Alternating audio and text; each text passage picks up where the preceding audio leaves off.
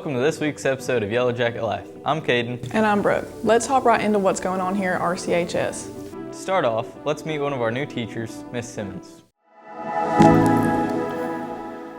I'm here with Miss Simmons, our new English teacher. Miss Simmons, we have a couple questions to ask you. Can you tell us a little bit about your background?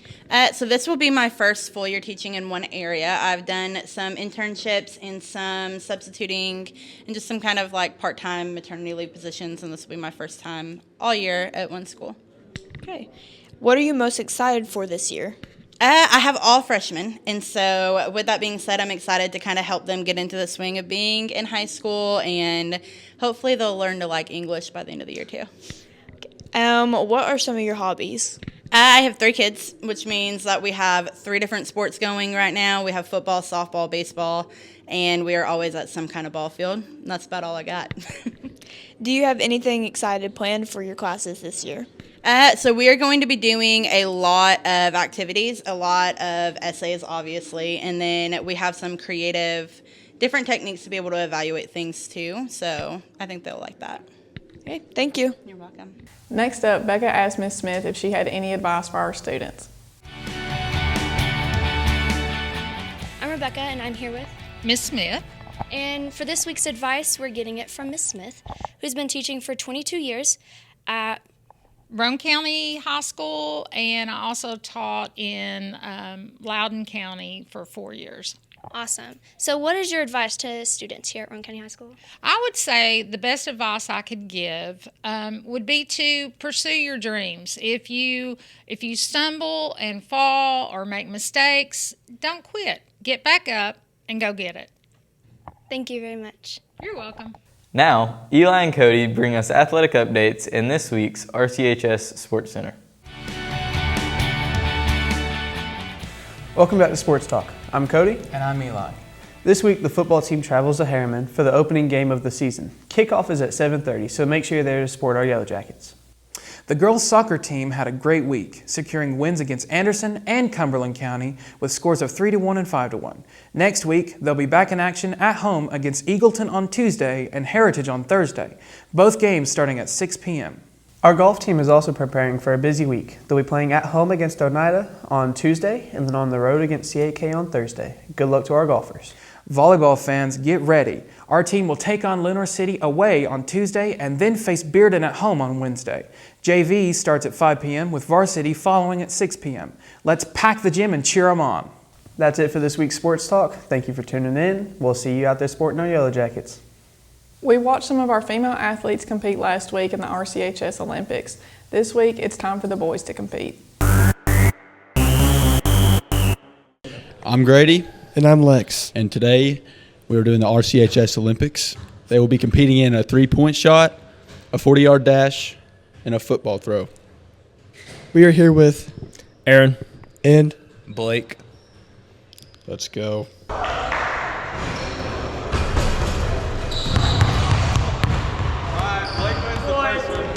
All right, now we're here to do the longest throw.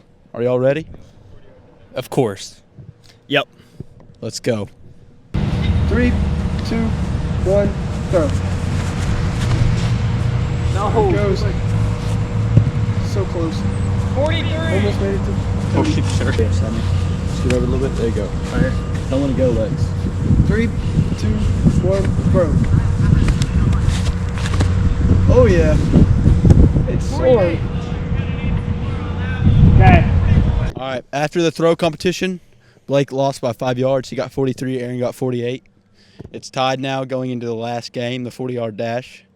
Let's see who can pull it off. 3, 2, 1, go.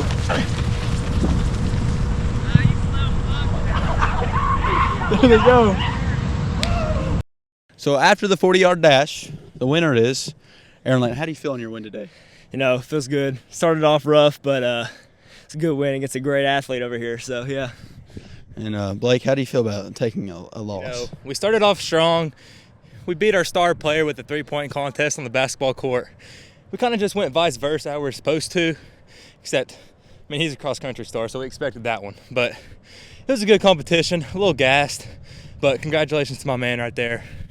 Thank you guys for playing. Peyton gets an update on all the things happening with the DECA Club from club sponsor Mr. Kroger. Hello, and I'm here with Mr. Kroger. I'm going to talk with him about DECA today. So, first question is, what is DECA? Sure. DECA is a competitive marketing club. It is competition-based, which means you will be competing against other schools from East Tennessee, the state of Tennessee, and possibly the entire country. All right. Do students have to be in a marketing class to participate in DECA? Absolutely not. I've had students I've never had in class before in DECA, and they did extremely well. So no, you do not have to be in a marketing class. You don't even have to want to be a business person to join. If you find it interesting and you're creative, this is probably a club for you. Are there any specific requirements to look for? There's not. I mean, obviously, kind of need to be passing your classes, but I take anybody. If your EOC scores or your ACT are way up high, that's great. If they're in the middle, I want you too. If you need some work to do, guess what? You're still welcome to be in the club. Why should students want to join DECA? So me and a lot of our teachers, probably all of our teachers, fill out a ton of recommendation forms in college applications.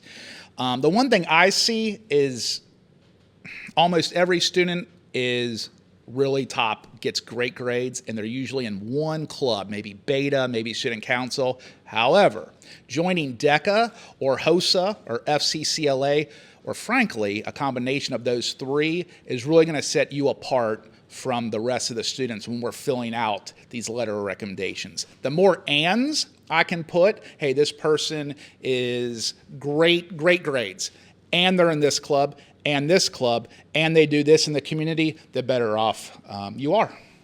Is there any specific deadlines as to when students should join DECA by? Come find me on Tuesday of next week. So next week, come find me after Monday, and I will get you a form. Your parents have to sign you up. If you have any questions, just come see me, and yeah, we'll get started next week. Is there any extra information you could give us? Hey, look, it's a good time. You can possibly go to Chattanooga. We eat good food. We stay in a really cool hotel. It is something you should consider. If business is for you, or you just want to step out of your comfort zone. Alrighty, thank you for your time. Thank you. And finally, we're going back into the kitchen with Grady and Caden and their new segment called Culinary Chronicles. Welcome to this week's episode of Culinary Chronicles. We're Grady and Gurney. And today we're making blueberry muffins. So you guys need to preheat the oven to 375. 375. You gotta find yourself a big bowl to hold your muffin mix, eggs, and milk. And then muffin. And 1 cup of milk.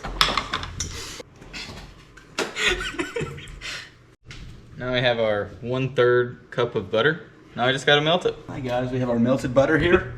Let's pour this in the bowl.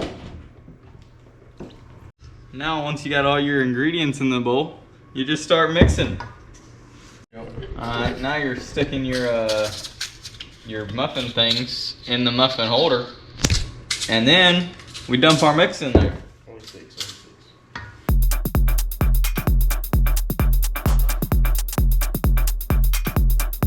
Now we got our oven at 375.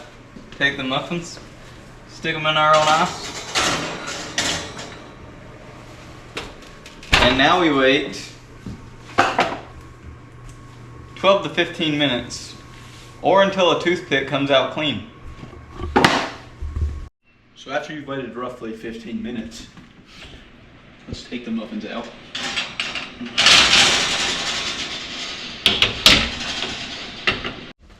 Now we got our muffins. Take the wrapping off. Still a little hot. Oh, yep, definitely hot. Yeah, go. And then you indulge. Very good. Very good. That's all we have this week. We will see you next week on Yellow Jacket Live.